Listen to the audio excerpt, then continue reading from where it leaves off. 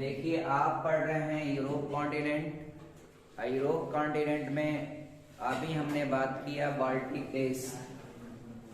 तो मित्रों यहाँ पर जो एक सागर है, ये जो सागर है ये आपका बाल्टिक सागर है। तो बाल्टिक सागर से सटे हुए 3 देश हैं।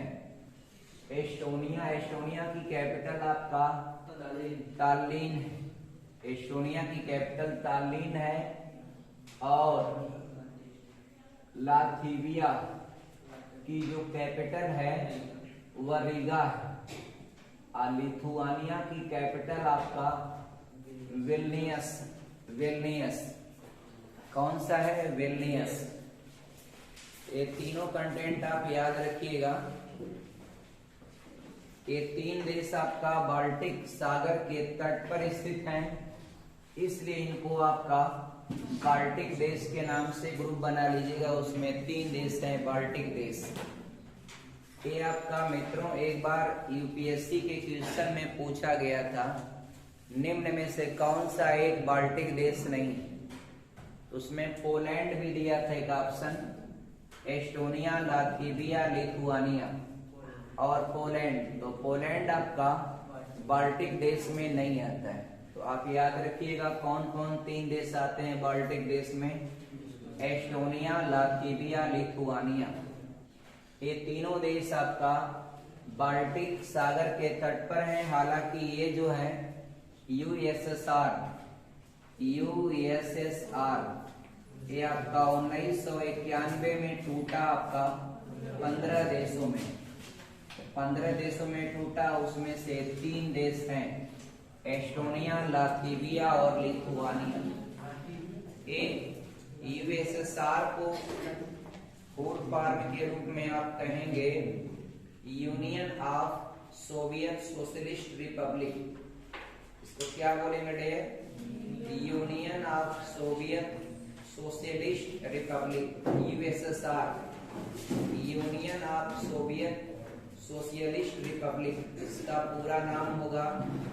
देखिएगा सब लोग ध्यान दीजिएगा। यहाँ पर एक देश है पोलैंड। यहाँ पर पोलैंड एक देश है, ये आपका पोलैंड। पोलैंड की राजधानी आपका वार्सा है।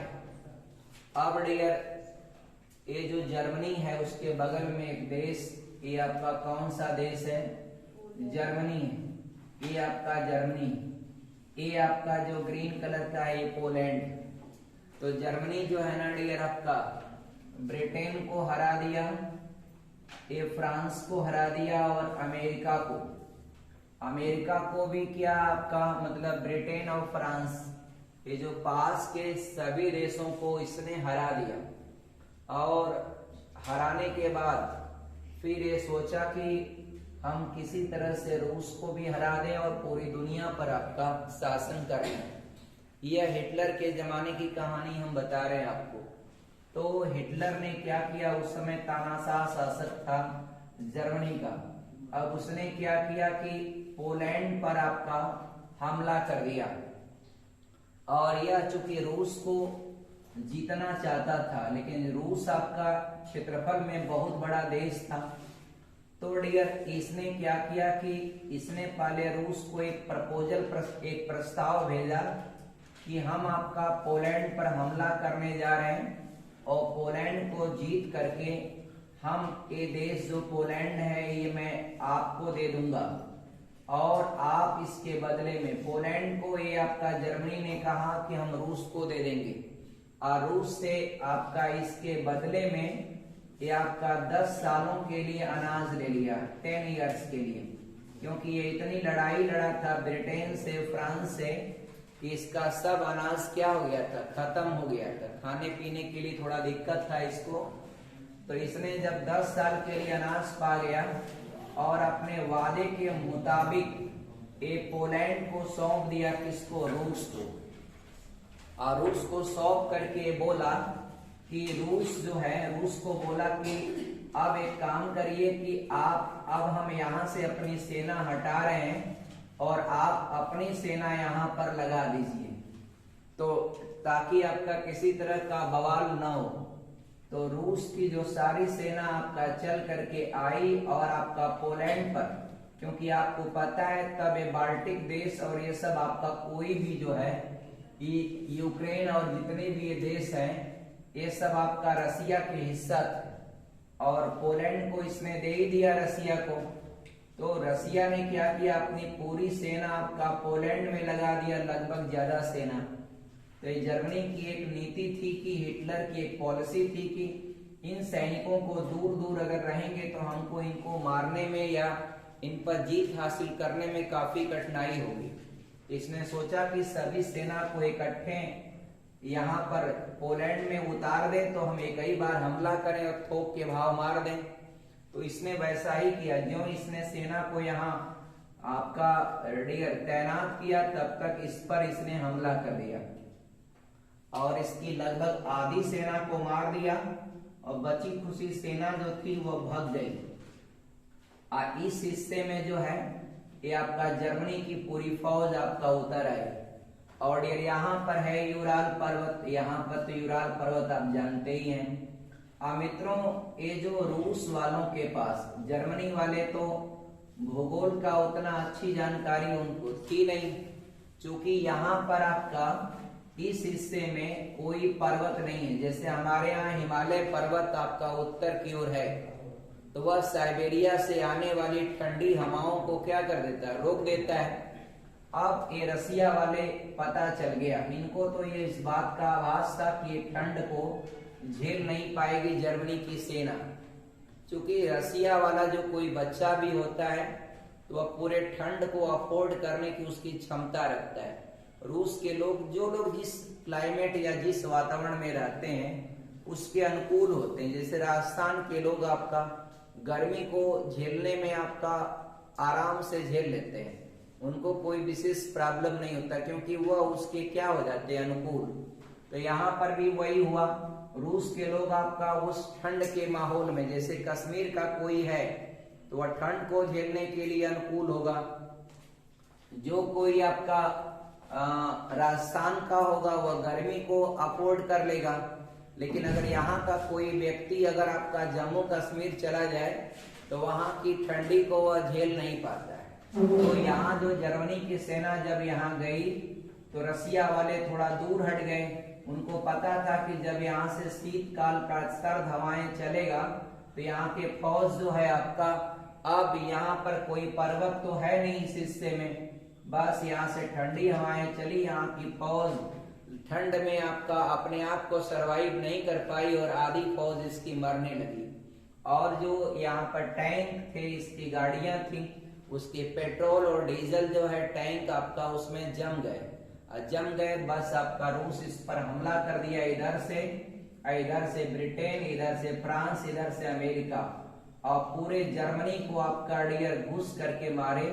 और इसमें आपका जो यहाँ का हिटलर था वह अपनी प्रेमिका इवा ब्राउन को लेकर के, और अंत में आपका हिटलर जो है किसी भी कीमत पर अमेरिका के हाथों जाना नहीं चाहा। तो अंत में वह उसकी प्रेमिका एवा ब्राउन, उन दोनों को अपने स्वयं और पत्नी को लेकर के आपका, और डियर हालांकि उसके बारे में एक बात बताई जाती है कि मरने से पहले उसने अपने प्रेमिका से शादी किया। वो आपका लास्ट मोमेंट में शादी किया। उसको पता था अमेरिकी फौज एकदम घेर ली पूरा आपका चारों तरफ से, इधर से रसिया घेरा, इधर से ब्रिटेन, फ्रांस, क्योंकि सब इसके दुश्मन हो गए थे। तो आपका, और यहीं से आपका जब ये पोलैंड पर हमला किया तभी आपका द्वितीय विश्व युद्ध शुरू हो गया। और आपको पता है द्वितीय विश्व युद्ध शुरू हुआ था 1939 में और खत्म हुआ 1945 में। यहाँ पर जापान पर जब हिरोशिमा पर बम गिराया गया अमेरिका के द्वारा, हिरोशिमा और नागासाकी, ये 2 शहरों पर बम गिराया गया। और यहाँ का जो क्वेश्चन है डियर, ये भी आप याद रखिएगा, हिरोशिमा और नागासाकी, एक आपका 6 अगस्त को और एक आपका 9 अगस्त को। अब यहाँ प्रॉब्लम होता है कि बच्चे समझ नहीं पाते हैं कि हिरोशिमा पर पहले बम गिरा था या नागासाकी पर। तो हिरोशिमा आपका H से आता है, नागासाकी N से आता है। N का पोजीशन नंबर 14 होता है, H का 8 होता है। बताइए 8 पहले आता है या 14 आता है? तो 8 आता है, इसलिए 6 अगस्त को जो बम गिराया गया था वह हिरोशिमा पर, और 9 अगस्त को जो बम गिराया गया था वह नागासाकी पर। इस बात को आप याद रखिए। तो मित्रों जो है ना, यहाँ पर जब इसको घेर लिए तो आपका हिटलर स्वयं अपने आप को सुसाइड कर लिया, उसकी डेथ हो गई। और डेथ होने के बाद जो है पूरे जर्मनी को मित्रों आपका 2 हिस्सों में बांट लिया। आधा ले गया रूस, आधा आपका ब्रिटेन, अमेरिका और फ्रांस से सब मिल करके ले लिए। आप सोचिए जो बर्लिन की जो दीवार बनी थी इसको 1989 में गिराया गया। आप सोचिए आपका, यानी जर्मनी को आजाद हुए कितना साल हो गया, लगभग आपका डियर आप मान के चलिए आपका 33 साल हुआ है। आप बताइए 33 सालों में आपका जर्मनी, सोचिए आपका कितना आगे, आज जर्मनी कितना डेवलप्ड है। अब भारत को आजाद हुए देखिए कितना हो गया, 47। 1947 में भारत आजाद हुआ, जबकि चाइना हमसे 2 साल बाद में आजाद हुआ 1949 में। तो बाद के आजाद देश इतना आगे चले गए। खैर हम लोग भी काफी मेहनत कर रहे हैं, बट आपका हमारे यहाँ का जो नेतागिरी है ना डियर, वही आपका बहुत खराब है, और वह आपका देश को इतना नुकसान करते हैं अलग अलग एक्टिविटी के द्वारा डियर। विकास में इतना आपका इंटरप्टेड आपका, हालांकि उन्हीं के ऊपर जिम्मेदारी होती है देश का विकास करना। तो डियर उनको करना चाहिए, लेकिन ईमानदारी से काम नहीं करते हैं, जैसे पहले के नेता किया करते थे। जैसे सुभाष चंद्र बोस रहे आपका, ये आपका भगत सिंह रहे आपका, और भी महात्मा गांधी रहे, पंडित जवाहरलाल नेहरू रहे, सरदार वल्लभ भाई पटेल रहे। ये लोग भारत देश के आदर्श नेता थे। डॉक्टर राजेंद्र प्रसाद थे, डियर भीमराव अंबेडकर जी थे। तमाम लोग ऐसे थे जो आपका पहले देश को कितना अच्छा भूमिका और एक अच्छे मार्ग पर लेके जाने का जो काम किया। आगे डियर मैं बढ़ूंगा, जर्मनी की बात तो मैंने कर लिया। जर्मनी में एक बात याद रखिए, जर्मनी की जो राजधानी है वो बर्लिन। ये बर्लिन आप याद रखिएगा, जर्मनी की राजधानी है। और जर्मनी की इधर आपका एक शहर है कोलोन, एक शहर मिलेगा जर्मनी के इधर, आप मैप में देखिए कोलोन शहर। कोलोन क्यों फेमस है? मोटर निर्माण के लिए प्रसिद्ध है। किस लिए डियर? मोटर निर्माण के लिए। आपका कोलोन शहर जर्मनी का जो है मोटर उद्योग के लिए प्रसिद्ध है। मर्सिडीज का सिंबल ऐसा बना होता है, ऐसा इस तरह का सिंबल होता है मर्सिडीज। तो ये आपका डियर यहीं की बनी है गाड़ी। कहाँ की? जर्मनी की बनी हुई है मर्सिडीज। पहले करोड़ों में मिलती थी, अब तो आपका 55 लाख में भी एक आ रही है। और उम्मीद करते हैं आप लोगों में से कोई न कोई पढ़ करके आपका मर्सिडीज पर चलेगा, और चलेगा तो कभी हमें भी आपका जरूर बैठाइएगा। आप लोग रोक करके रास्ते में कभी मिल जाएंगे तो। हाँ डियर, एक और आपका विश्व प्रसिद्ध बड़ी गाड़ी होती है ऑडी। ऑडी का जो सिंबल होता है वह 4 छल्ले होते हैं। ऐसे जिस गाड़ी पर ऐसा छल्ला बना हो वो समझिए ऑडी है। और इसके बाद BMW डियर आपका ऐसे होता है, ऐसे इसका क्रॉसिंग होता है। BMW ऐसे लिखा होता है बकायदे आपका। तो BMW आपका British motor vehicle dear, British motor vehicle ऐसे होता है। ब्रिटिश मतलब वो ब्रिटेन की कंपनी होती है BMW। कहाँ की होती है? ब्रिटेन की। मर्सिडीज कहाँ की है? जर्मनी की। तो जर्मनी का कोलोन शहर किसके लिए फेमस है? हाँ डियर, आपका गाड़ियों के निर्माण के लिए, मोटर वाहनों के निर्माण के लिए क्या है? प्रसिद्ध है, याद रखिएगा। उसके बाद एक शहर यहाँ नीचे मिलेगा जर्मनी का, म्यूनिच। म्यूनिच देखिएगा, आपको दिया होगा म्यूनिच। यह जर्मनी की एक बहुत बड़ी शहर है आपका। कौन सी? म्यूनिच। कभी कभी आपको परीक्षाओं में आ जाता है बड़े बड़े शहरों का नाम, और उसको मिलान करना होता है कि इस शहर का संबंध किस कंट्री से है, इस शहर का संबंध किस कंट्री से, ऐसे मिलाना होता है। या फिर कभी कभी होता है डियर, जैसे कोलोन शहर दे दिया, तो यह किस लिए प्रसिद्ध है? तो मोटर वाहन के लिए प्रसिद्ध है। तो वहां पर मोटर वाहन का ऑप्शन बना होगा। कोई आपका मैनचेस्टर दे देगा तो वह वस्त्र उद्योग के लिए फेमस है।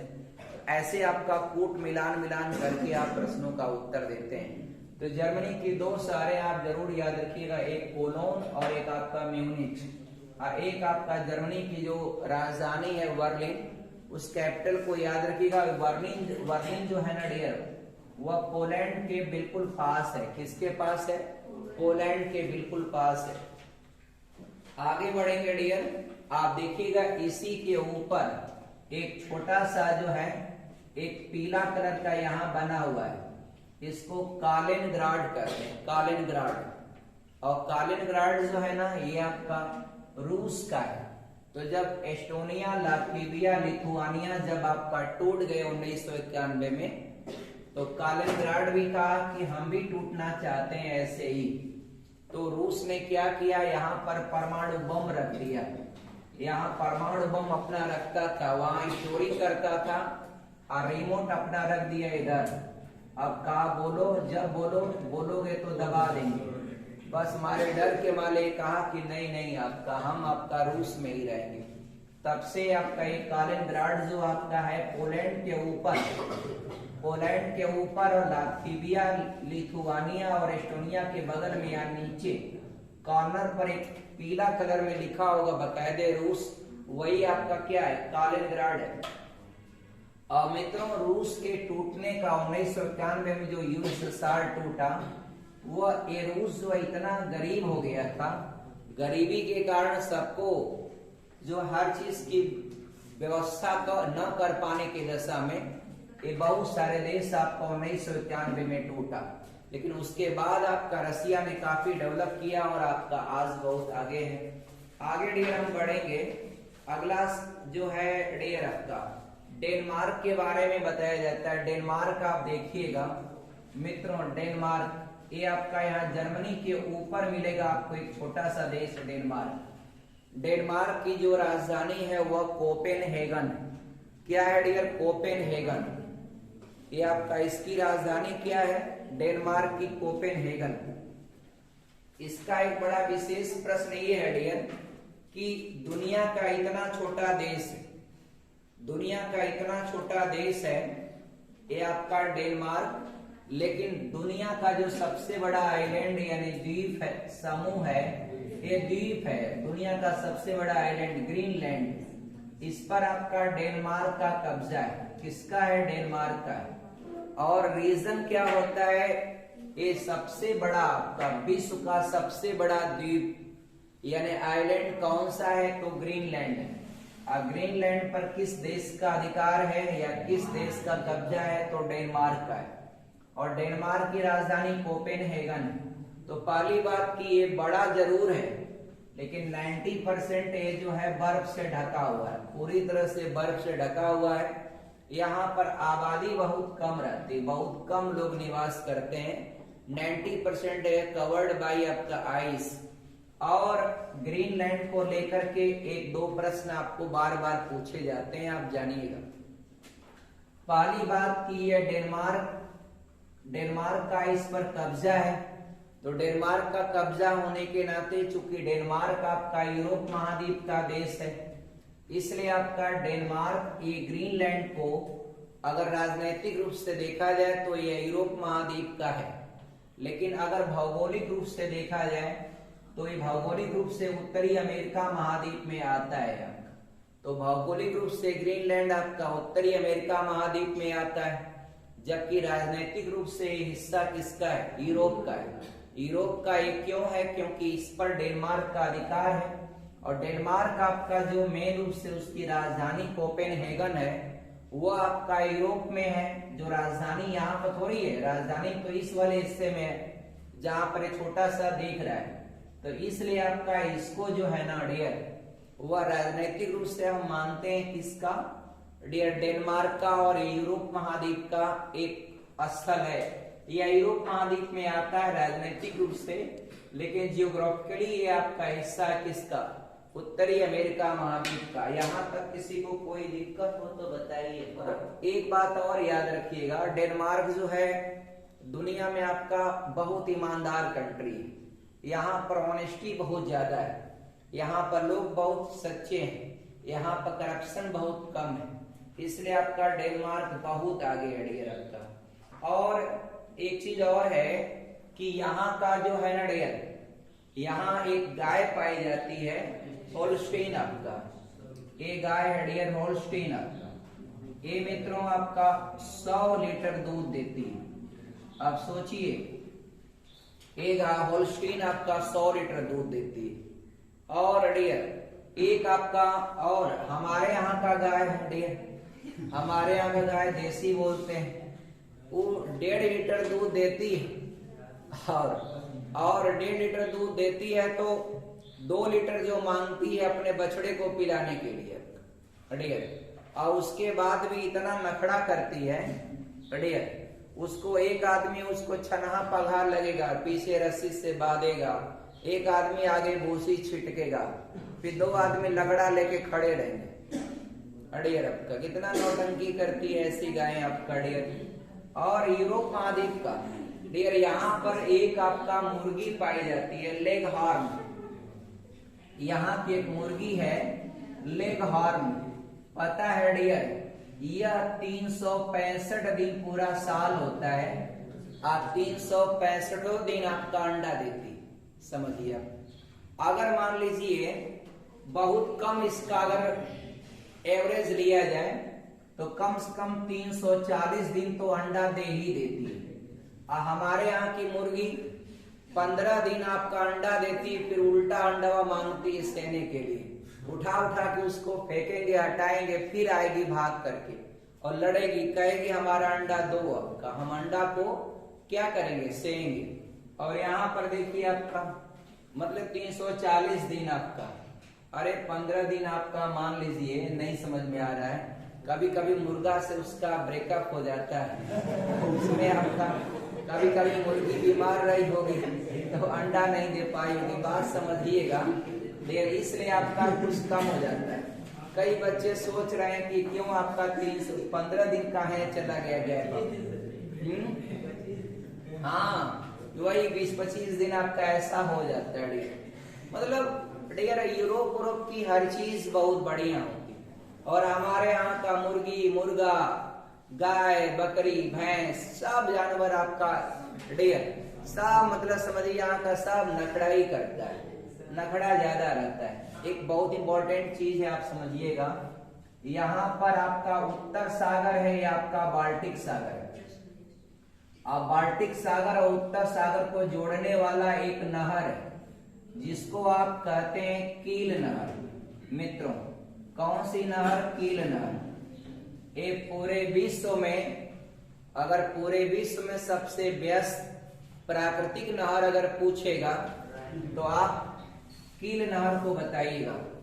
पूरे विश्व में आपका, पूरी दुनिया में आपका एकमात्र प्राकृतिक नहर आपका जो सबसे बिजी और व्यस्त है वह कील नहर है।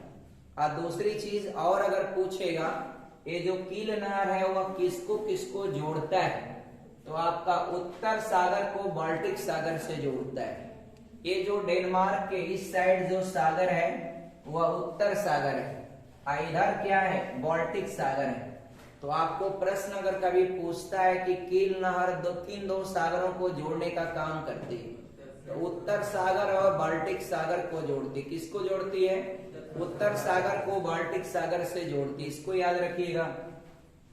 अब डियर उसके नीचे जो है ना डियर आपका, ये देखिए जर्मनी के बारे में थोड़ा सा और बताएं हम आपको, लेकिन उससे पहले हम थोड़ा सा और एक चीज बताते हैं डियर, उसको ध्यान दीजिएगा डियर। एक आपका है डियर जर्मनी में एक शहर है स्टुटगार्ट आपका, स्टुटगार्ट आपका जर्मनी की वो शहर है जहां पर एक बार डियर 1917 में 1917 में एक मैडम 1907 में, अच्छा 1907 में देख लीजिएगा, 1907 में मैडम विखाजी कामा ने वहां पर स्टुटगार्ट में भारत का तिरंगा झंडा फहराया था।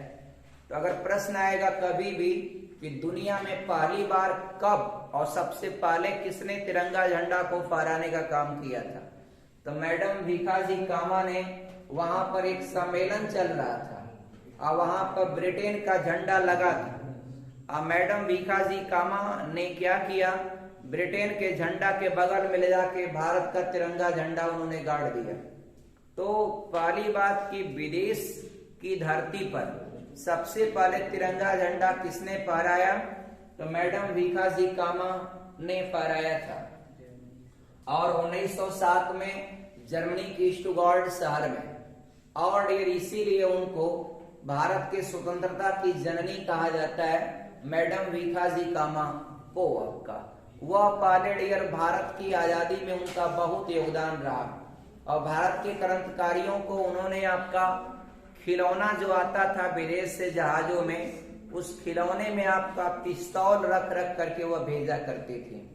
तब जाकर के भारतीय क्रांतिकारी जो है अंग्रेजों से लड़े।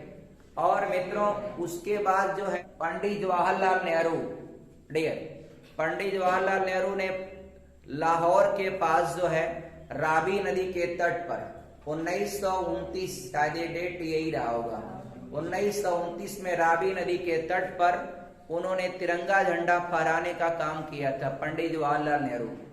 तो भारत की सरजमी पर, चूंकि भारत तब आपका बंटवारा तो हुआ नहीं था, तब पाकिस्तान तो था नहीं, तो 1929 में तो भारत की ही धरती थी ना, लाहौर के रावी नदी के तट पर। तो पंडित जवाहरलाल नेहरू ने भारतीय सरजमी पर जो पहली बार झंडा फहराने का काम किया था 1929 में, डेर याद रखिएगा। और 1907 में पहली बार विश्व की धरती पर अगर कोई ने, किसी ने भारतीय तिरंगे को फहराने का काम किया तो मैडम भीखाजी कामा ने फहराया था।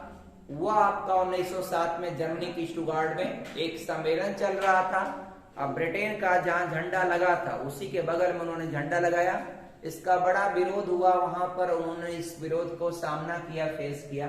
इसलिए भारत की स्वतंत्रता की जननी के रूप में उनको जाना और पहचाना जाता है। तो जर्मनी का स्टुटगार्ट आप जानिएगा। एक में तो सबसे इंपॉर्टेंट यहाँ पर एक क्वेश्चन है, यहाँ जो निचले बेल्ट से यहाँ पर आल्प्स का पर्वत है, आल्प्स पर्वत है, क्योंकि नीचे जो देश है, जर्मनी के नीचे जो देश है वह आपका कौन सा देश है, आप अपने मैप में देखिए, स्विट्जरलैंड होगा। जर्मनी के नीचे जो देश है वो अपने मैप में देखिए स्विट्जरलैंड होगा। स्विट्जरलैंड में कौन सा पर्वत है डियर, नीतू आल्प्स पर्वत है। अब यहाँ से एक नदी निकलती है, कौन सी नदी, राइन नदी।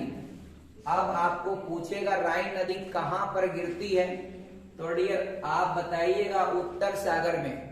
ये उत्तर सागर है ना, यहाँ पर ऊपर आपका ये उत्तर सागर है। उत्तर सागर में ये नदी आपका गिरती है, राइन नदी।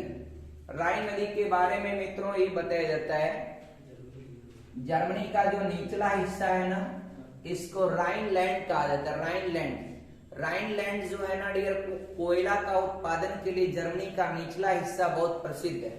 तो यहाँ पर कोयला बहुत निकलता है, तो कोयले को उस नदी से आपका ढोक के लेके जाते हैं पूरे जर्मनी शहर में।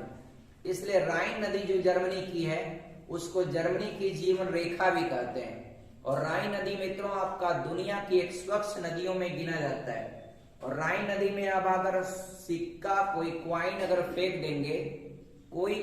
फेंक देंगे, तो वह समझिए आसानी से आप देख लेंगे वो सिक्का गिरा हुआ।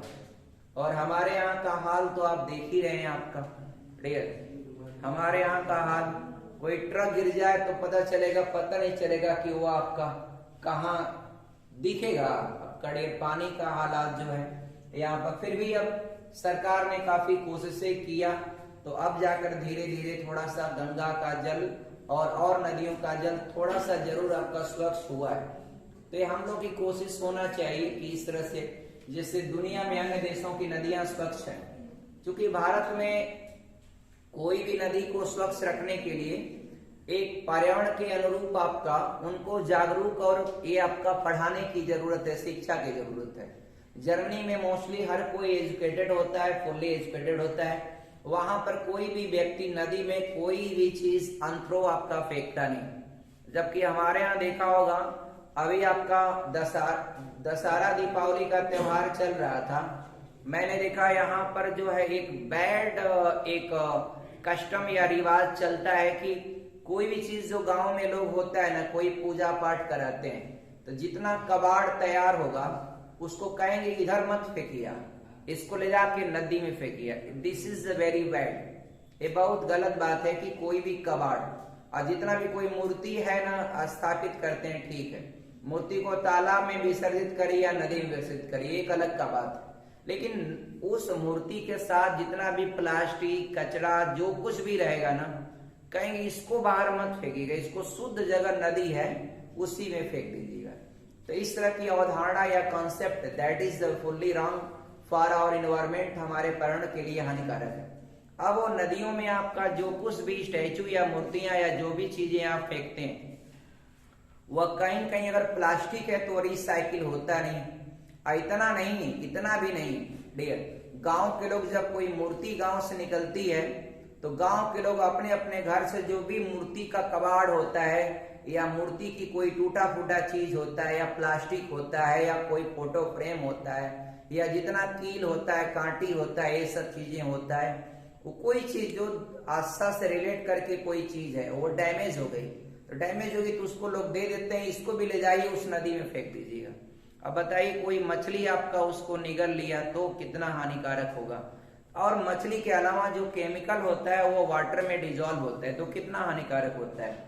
और जो प्लास्टिक होता है वो तो रिसाइकिल होता ही नहीं जल्दी आपका, वो कितना हानिकारक होता है। यहाँ तक कि फोटो फ्रेम में जो ग्लास व्लास लगे होते हैं, ऐसे जो बॉटल होते हैं, ऐसे ऐसी चीजें लोग आपका नदी में फेंक देते हैं, जो कि आपको पता है कि शीशा या ग्लास जो है हजारों हजार साल तक वह रिसाइकिल होता ही नहीं आपका, वो अपने से तो गल सकता ही नहीं आपका। अब वो किसी न किसी तरीके से हमारे यहाँ नदियों को पोल्यूटेट करता है।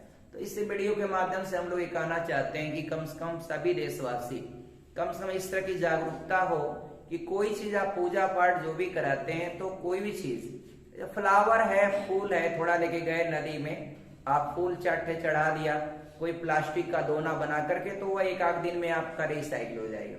लेकिन कोई चीज जो रिसाइकिल न हो पाए, कृपया उन सभी चीजों को आप नदियों में न फेंकें, नदियों को स्वच्छ रखें। और यहाँ पर उसके अलावा प्रॉब्लम इस बात का यहाँ पर होता है कि नदियों में जो कंपनियों का या फैक्ट्रियों का या कस्बे का जो गटर या सीवर वो जो कनेक्ट कर देते हैं, गटर या सीवर, वो पूरे शहर का जितना भी कचरा है, और शहर का जो नाला होता है आपको पता है कि उस नाला में जो लोग क्या होता है, जितने भी प्लास्टिक रैपर होता है वो सब नाली में बह करके, जब बरसात होगा आपके एरिया में तो पूरा पानी फ्लो करेगा, फैलेगा, और जितना भी एरिया में जहां जहां प्लास्टिक है वह नाले के माध्यम से होते हुए सीधे आपका नदियों में चला जाता है। अब वो सारा प्लास्टिक गया तो नदी क्या करेगी, नदी का हाल कितना पोल्यूटेड होगा। तो कहीं न कहीं आपका पोल्यूशन जो होता है वो प्लास्टिक बैन है। जब मित्रों हर कोई जान रहा है प्लास्टिक बैन, तो कोई भी आप में से भी कोई अगर कभी बाजार में जाए तो प्लास्टिक की डिमांड न करें, आप बैग का थैला लेके जाएं और कोई भी चीजें खरीदें या ऐसे थैले का इस्तेमाल करें जो आपका आसानी से रिसाइकिल हो। तो ये चीजें हम करेंगे। ऐसा है कि देश जितना भी कानून बनाएगा, प्लास्टिक बैन है आपको पता है, लेकिन फिर भी आपका लोग जो है प्लास्टिक हर जगह आपका आसानी से देखने को मिल जाता है। तो कहीं न कहीं इसमें आपका प्रति व्यक्ति की जागरूकता का जरूरत है कि हर व्यक्ति अगर जागरूक रहेगा तो इस चीज से हम अपने देश को स्वच्छ और साफ बना सकते हैं डियर आपका। तो हम सभी लोगों का अपना अपना उत्तरदायित्व है तो इस काम को करें। तो मित्रों यहाँ की जो जर्मनी की राइन नदी है वह लाइफ लाइन कही जाती है, जीवन रेखा कही जाती है। तो पूछेगा प्रश्न, जर्मनी की जीवन रेखा किस नदी को कहते हैं, तो राइन नदी को कहते हैं। जर्मनी की गंगा, जैसे गंगा हमारे यहाँ पवित्र नदी है, वैसे जर्मनी में जो पवित्र नदी है वो राइन नदी है, तो इसलिए जर्मनी की गंगा राइन नदी को कहा जाता है। अब कोयला ढोने वाली नदी उसमें डियर, आपके यहाँ नदियों में ट्रांसपोर्टेशन बहुत कम होता है, आपके यहाँ सड़क पर ट्रक चलते हैं, लेकिन जर्मनी में आप देखेंगे ना, आप उसका वीडियो क्लिक करके देखिएगा यूट्यूब पर, तो आपका राइन नदी में खूब पानी के बड़े बड़े जहाज भी एकदम एक के बाद एक, जैसे यहाँ ट्रकों की लाइन लग जाती है वैसे उसमें नाव आपका अलग अलग बड़े बड़े नाव वो कोयले को लेके जाते हैं। और आपको पता है कि जो ट्रक होते हैं उनसे ट्रांसपोर्टेशन जो होता है वह जल मार्ग का यातायात जो है सस्ता होता है। और वहां पर राइन नदी के माध्यम से जो बड़े बड़े बोट्स होते हैं उसमें खूब सारे यात्री भी आपका आसानी से यात्रा करते हैं। और नाइन नदी में आपका पर्यटन का बहुत अच्छा है डियर, वहां पर तमाम लोग टूरिस्ट जाते हैं और नदी के किनारे खूब सुंदर ढंग से घूमते हैं। तो कहीं न कहीं आपका जर्मनी को सुंदर बनाने में वहां के लोगों की भूमिका है, वहां के लोग जागरूक हैं। तो कहीं न कहीं हम लोगों को भी जागरूक होना पड़ेगा। और ये काम आपका कठिन तो है लेकिन इम्पॉसिबल नहीं है। अब हम लोग आपका एक एक लोग आपका अगर इम्प्रूव करेंगे। अभी ब्रिटेन के गांव को मैंने देखा, ब्रिटेन के गांव का एक वीडियो मैं देख रहा था। तो गांव में आपका जो रास्ता बना हुआ था, तो रास्ते के किनारे आपका मैं देखा जिन लोगों का खेत है, रास्ते से रिलेट करने वाले लोग, वो सभी लोग अपने जो कॉमन रास्ता गांव का बना था, सामान्य रास्ता जिससे बनता है, वैसे ही जर्मनी में रास्ता, अरे वहां ब्रिटेन में रास्ता बना था, इंग्लैंड में। लेकिन वहां के जो लोग थे जिनका एग्रीकल्चर वर्क था किनारे किनारे, वे लोग उसमें रास्ते के किनारे भी आपका सड़क के किनारे खूब चौड़ा पटरी का वो ढाल करके उसको पूरा वहां से साफ करके मिट्टी को निकाल दिए थे ताकि सड़क पर पानी न रुके। और हमारे यहाँ क्या होता है, आप कहीं भी जाइए कॉमनली देखिए तो सड़क को लोग क्या करते हैं, सड़क का पानी किनारे नहीं आने देंगे, किनारे वाले हिस्से को इतना पाड़ देंगे मिट्टी से कि पूरा पानी हुआ बीच में सड़क में रुकेगा। ऐसे हर जगह देखिए, आप कभी भी वलीदपुर में चले जाइए, वहां देखिए दोनों तरफ लोग क्या कर दिए, पाट दिए हैं। और जो नाली या वो लगाए हैं उनको इतना भी लाज शर्म नहीं होता है, इतना बेशर्म होते हैं लोग कि नाली का पॉइंट या जो भी कुछ नलका लगाए वो पानी ले जा करके दो चार लोग निकम्मे या जितना भी आपका उनके लिए कहा जाए शब्द कम है, वो लोग उसी रास्ते में आपका उन सड़क में जाके पानी गिराते हैं। और हमारे यहाँ का ब्यूरोक्रेट्स जो अधिकारी हैं, जो एसआई होंगे, दरोगा होंगे या कोतवाल होंगे या जिस भी क्षेत्र के जो कोई प्रशासनिक अधिकारी होंगे, उस रास्ते से गुजरते हैं लेकिन उस बुराई पर रुक करके उनको एक बार भी डांटने या बोलने का काम नहीं करते हैं, न कभी मना करेंगे, बस चले जाएंगे। तो ऐसे देश नहीं बदलने वाला। भारत को स्वच्छ बनाना है तो हम सभी देशवासियों की भूमिका होगी कि जहां भी आपकी जैसे भी भूमिका पड़े, रास्ते से रिलेट करता हुआ आपका खेती बाड़ी हो, ये ना हो कि रास्ते से सटा हुआ खेत हो, खेत का जितना भी कचरा काटे पीटे और रास्ते पर गाज दें। This is very bad. ऐसा कभी ना करें। आप अपने हिस्से के रास्ते के पास जो अपना लगा हुआ जो खेत है उसको साफ करें तो निश्चित रूप से हमारा भारत देश आपका यूरोप की तरह एक चमकता हुआ, आपका यूरोप में जैसे देश है, डेवलप्ड कंट्री है, वैसे आपका बनेगा। मित्रों, अभी अभी हमको समाचार मिला है, हमने आपका देखा है, हमारे प्रधानमंत्री मोदी जी आपका इस समय इंडोनेशिया G20 के शिखर सम्मेलन में भाग लेने के लिए इंडोनेशिया आज पहुंचे हुए हैं। मंगलवार आज दिनांक है 15 नवंबर 2022। आज मोदी जी इस समय बाली में, आपको पता है बाली में आपका एक बहुत बड़ा मंदिर है और डियर आपका महात्मा बुद्ध का है ना। और डियर बाली एक आपका इंडोनेशिया का एक रिलीजियस शहर है, एक धार्मिक शहर है। और वहीं पर मोदी जी का जहाज उतरा, एयर इंडिया का, डियर भारत का इंडिया का जो जहाज उतरा, मोदी जी का बहुत भव्य लोगों ने स्वागत किया। आज उनकी मुलाकात जो बाइडेन के साथ भी होगी, जो अमेरिका के राष्ट्रपति हैं। तो भारत कहीं न कहीं पूरी दुनिया के सभी देशों को एक साथ चल करके आपका एक अर्थव्यवस्था में आगे लेके जाने की कोशिश कर रहा है। पर्यावरण पर भी बात करेगा, जलवायु पर भी बात करेगा, प्रदूषण पर भी बात करेगा। तो हम सभी को अब डियर, और दूसरी बात मैं इतना और कहना चाहूंगा कि जैसे शिक्षा का मतलब ये नहीं कि आप कोई फॉर्म भर दिया तो बस चल रहा है। देखिए वो एक अलग की बात है, कहीं न कहीं आपकी पढ़ाई होनी चाहिए। ऐसा नहीं कि फॉर्म भर दिया और आप घर पर पढ़े हैं, पूरा दिन पढ़े हैं और आपका कभी बस जाकर एग्जाम में अपीयर हो रहे हैं, दैट इज नॉट गुड। किसी न किसी संस्थान में आपकी पढ़ाई होनी ही होनी चाहिए आपका। इसलिए शिक्षा का मतलब पढ़ करके जो आपका योग्यता को आप हासिल करते हैं वही असली शिक्षा है, और उसी से आपका सामाजिक बुराइयों पर हम अपनी जीत को हासिल कर सकते हैं और अपने देश को, अपने परिवार को, अपने समाज को तरक्की के मार्ग पर लेके जा सकते हैं। मित्रों, आगे मैं जब बढ़ूंगा तो जर्मनी का याद रखिएगा, ये जो लाइफ लाइन कही जाती है वो आपका राइन नदी कही जाती है। और आपके मन में होगा कि ये क्या रीजन है कि वो ऊपर की ओर बहती। तो मित्रों, आपको पता है कि यहाँ पर विषुवत रेखा या भूमध्य रेखा है, इसके बाद ये ढलान है, ये इधर ढलान है, तो इसलिए यहाँ से जो नदी निकलेगी वो ऊपर ही जाएगी। और आपको पता है मित्रों, एक प्रश्न और मैं आपको अभी कभी बताता हूँ पूरी दुनिया में सबसे चौड़ा मुहाना वाली जो नदी है ओब नदी है। ओब नदी पूरी दुनिया में सबसे चौड़ा अगर मुहाना है किसी का, मुहाना माने होता है डियर जहां पर नदी जो है समुद्र में गिरती है उस पॉइंट को मुहाना कहते हैं। तो पूरी दुनिया में सबसे चौड़ा मुहाना ओब नदी का है और वह नदी आपका किस महासागर में गिरती है, तो आर्कटिक महासागर में गिरती। आप यहाँ ऊपर आपका रसिया के ऊपर जो सागर है वो आर्कटिक महासागर पाएंगे, आप देख लीजिए आर्कटिक महासागर है। तो ओब नदी इतनी चौड़ी है, यहाँ पर देखिएगा इसका पूरा मुहाना, मुहाने के पास आप देखेंगे तो इतना चौड़ा जैसे लगता है समुंदर है, इतना चौड़ा है। तो पूरे विश्व में सबसे चौड़ा मुहाना वाली नदी आपका ओब नदी है। इसका एक अलग रिकॉर्ड है, बहुत बार परीक्षाओं में पूछा गया। जय हिंद।